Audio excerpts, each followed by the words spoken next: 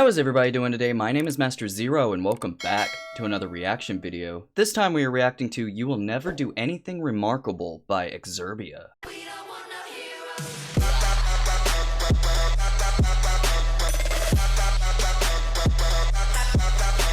Alright, so shout out to Imagination Core, thank you so much for this suggestion, and your patience, and your persistence, and I think that's about it. But thank you so much for this suggestion, and I really apologize that it took me so long just to do your suggestion, but like I said in my previous video, when you do an exurb1a video, you gotta do like a lot, like a week's worth, and I say a week's worth, but in reality it's only like three videos out of the week because I skip a day, but y'all guys know that already. But yeah, and another thing, yes, everything's different, everything's completely different. I changed my I mean, it's not really a setup, but I guess technically it's a setup, but I changed everything and it looks, I really like it because like it's way roomier, and like I did post a picture of it in my community tab yesterday, I believe, but it's even different from then. I might put another picture down, but yeah, I like just today, actually, like 30 minutes ago, I got my package to put my little camera thing right in front of me, little mount thing, and then I got a new little microphone stand thing, so everything's awesome. I love it so much. I love the way it looks. But onto this video. I'm pretty sure, I know in the last video I said I hope that one was existential crisis mode going, but I have a feeling this one is, because I mean with the title like You'll Never Do Anything Remarkable, it kind of put two and two together. It's gonna make me question my reality. So without any further ado, here is You'll Never Do Anything Remarkable. This is the 5th Duke of Portland, and he was a bit of a whack job. In the 1800s, he lived here starting off in Welbeck strong. Abbey. He was so introverted, he had his meals delivered to his room by a miniature train. Employing 15,000 workers, pretty the Duke cool. constructed under the house a 250-foot-long library, 15 miles of tunnelling, and the largest ballroom in England, capable of accommodating 10,000 guests. A touch ironic, considering the man would hide behind an umbrella if anyone approached him. Probably put water on his cereal as well. My birth country has a long-standing habit of excusing borderline insanity as some kind of charming eccentricity, but it isn't just my country. History is full of wonderful and great oddballs, many of whom we have forgotten. And wonderful and great oddballs. Because you will never do anything remarkable with your life. Sorry about that. He apologized. Lord Byron, or just Byron then, has enrolled in Trinity College, Cambridge. He finds out dogs are banned. Alright, Byron says, what about bears though? Sorry.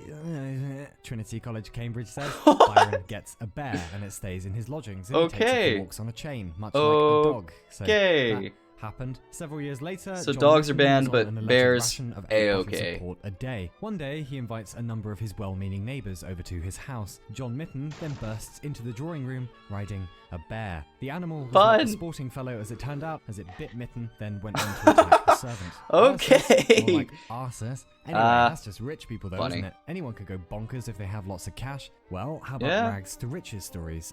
None of them being you, because you will never do anything remarkable with your life. Early 1800s, and Qing Shi, you could stop. apologies for pronunciation, is a Chinese prostitute. Somehow, she meets swashbuckling, motherfuckling pirate Zheng Yi, and they decide to get married. They grow Zheng Yi's pirate fleet from 200 to 1,800 ships, or about 70,000 men and women. When Zheng Yi died in 1807, his widow took over the fleet, and Qing Shi became empress of one of the largest navies in the world, and a pirate navy at that. Now, admittedly, one answer you may not expect to the question, what do pirates need more of, is accountants, but they did. Qing Shi introduced taxes and laws to her pirate utopia. Loot had to be registered before I don't picture accounting with pirates, and if you disobeyed Qing Shi, you were free to hang up your pirate hat and go your separate way, just as long as you left your fucking head behind. She wandered about from Canton to Macau, beating the shit out of the Chinese, British, Portuguese, Yar, etc. Yar! Finally, the government offered her and her pirates amnesty, which is a bit like if you stole everyone's kettles and they responded by inviting you over for a cup of tea. Her power was slipping away anyway, so eventually she accepted, the fleet disbanded, quite a few of her pirates got cushy jobs, and Qing Shi took a piratical sabbatical, kept her fortune, and was given a noble title, effectively becoming a member of the aristocracy, set up a gambling house, and lived a relatively nice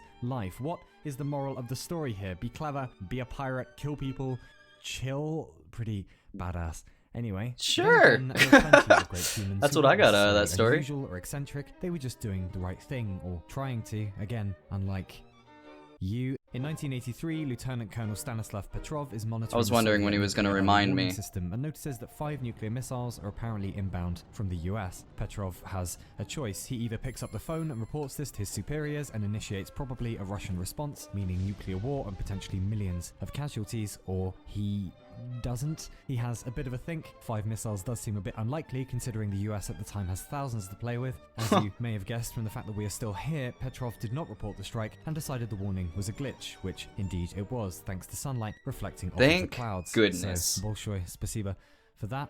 Good job, buddy. This is Ignaz Semmelweis, who was to medicine what the chief iceberg inspector must have been to the RMS Titanic. Semmelweis was a doctor in the 1800s, and he noticed that, now, I hope you're sitting down for this, washing your hands before delivering a baby actually stops women dying, particularly from what was then called childbed fever. Humans wouldn't discover germ theory for a while yet, but it didn't matter. Semmelweis knew that something changed when doctors kept their hands clean. So he informed the medical community. Obviously, right? Loads of awards and died happy and respected, and oh wait, no, humans are shit, and the opposite happened. Semmelweis was ridiculed mercilessly by the medical community, despite having proof of his hygiene theory. Eventually had a breakdown and because died humans are shit. Days after He already being said committed to a mental institution, probably after being beaten up by the guards.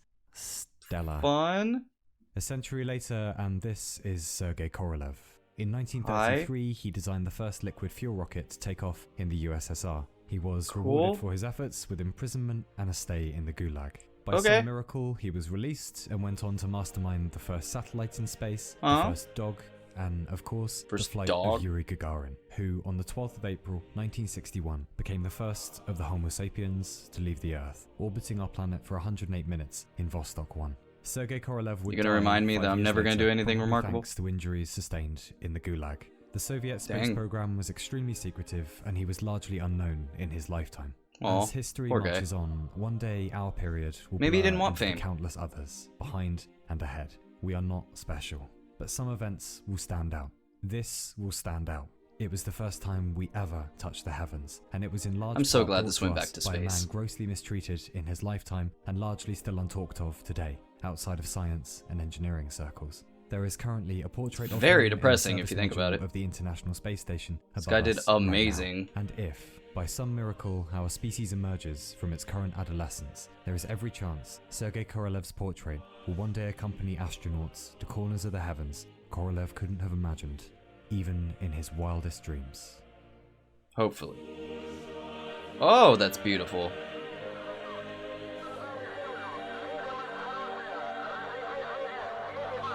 Is this real audio, or?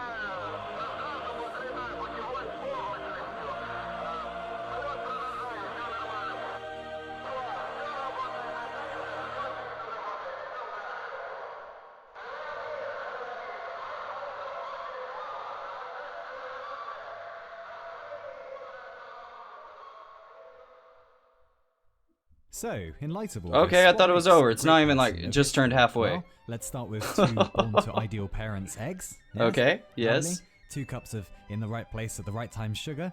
Excellent. Awesome. 3 cups of natural talent flour. And yes. finally, 2.5 teaspoons of greatness. Now, where is the greatness? No.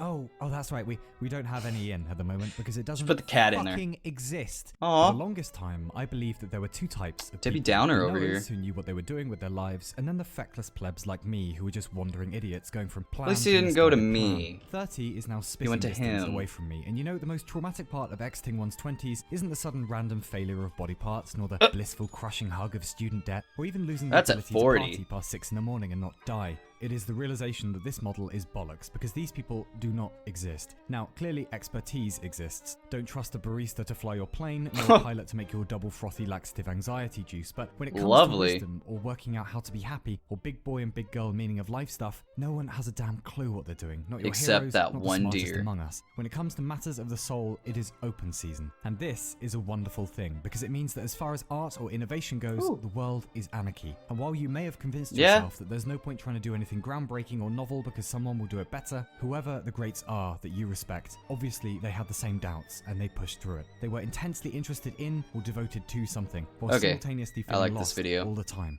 A long period of confusion isn't a side effect of trying to do something radically interesting, it's the price of admission. We forget that Van Gogh was 27 before he even bothered trying to paint properly. That Darwin told us, I was so I got 2 years, baby. My father, a very ordinary boy, rather below the common standard of intellect. That Emily Dickinson was barely even recognized during her lifetime. That it wasn't until 100 years after Melville's death that anyone really gave a damn about Moby Dick. They were beset on all sides by mean critics or the worst. That's very true. Themselves. Cthulhu's dick. I have heard of art classes where the teacher begins the first semester by assuring the students they'll never break through and it's pointless to try. Rejection letters writers received instructing them to put down their pens and never bother at it again. But they keep going, right? That convinces young artists to give up. But may I humbly recommend that if one is informed you will never do anything remarkable with your life, perhaps the most appropriate response isn't, yeah, you're probably right, but rather, fuck off, and who the fuck are you anyway? I was about to say, just raise those middle fingers high. Good ideas. It's all been done before. You're too old, too young, too dumb. There's nothing new under the sun. Let's say who your cares? Lifespan is 80 years, or about 29,200 days. If you're 18, you're about 6,500 days through. 28, about 10,000 days through. 38, about 14,000 days through. Regardless of whether one believes in an afterlife or not, these days are not coming back, and there is not enough time to listen to cynics. By the power of Grayskull, look at where we are, historically, technologically, galactically, the whole game. This isn't normal, is it? Act without expectation. Make cool stuff just because. Yes. Cats, fishies, always. Yes. Oh, have you been editing the script again? Today, this week, this month, year, decade, cats and century, fishies. I have both. In history, and that will be that. If one is cautious about pursuing an unusual path, it may help to remember that the cynics will be forgotten just as readily as your failures will be too. There has never been a better time to do a thing, and just by virtue of how weird existing is in the first place, there are a trillion interesting things still undone, unmade, and unsaid. Those areas have not been drilled, Eli. It is a wilderness out there for everyone. It always was. The greats didn't know they were greats. They were just mortal humans who refused to bow to cynicism. But they were great after they died. A collective lesson from their lives. It might sound something like, if the fuckers give you lined paper, write the other way. Yes! In your silly pursuits, oh, I love this. Your unlikely followers, anarchy! Into the abyss to recover those strange mental metals you will fashion into something no one has ever made before. That's awesome. The very, very best of luck. Thank you, sir. Random pigs. Love it. Now sod off and be remarkable, please. Yes. Will do, good sir. Oh, I love this. All right, that was awesome. I mean, it's exurb1a, so like, of course I knew it was gonna be awesome, but like, I don't know. I think like probably like over half of that video, I had a like stupid grin on my face because it was just it's cool. Like it's cool. It's like you telling people to like not to this extreme, but like to F off and stuff, and like I'm gonna do everything my way. Like I do not care what other people think and stuff. Like I'm all about that. I'm 100% all about that. Like, as soon as I made the decision to, like, cut all the negative people out of my life and stuff, like, I have never been happier. And things are falling into place. It's really weird. But I really enjoy where I am right now. And that's solely, I think, I mean, this is me just thinking.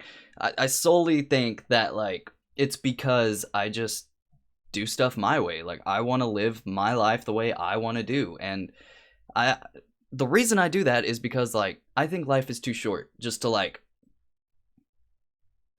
be a cookie cutter, like, the same human as, like, all these other people before. Like, you just work a 9-to-5 job until you die, and you're miserable the entire time, and you find bits and pieces of happiness. Like, why? Why not flip that and have happiness 24/7 and have the miserable stuff every now and then? Like, I don't know. Like, that's just the way I think, and this video has shined light on that idea that I have, and I really, really enjoy this video oh so much. So thank you everybody so much for watching. If you like this video, feel free to leave a like down below because it makes me feel all warm and fuzzy on the inside. And don't forget to subscribe to my channel for more awesome videos like this one. So with that said, I have been Master Zero. Y'all guys have been fantastic, and I'll see y'all in the next episode.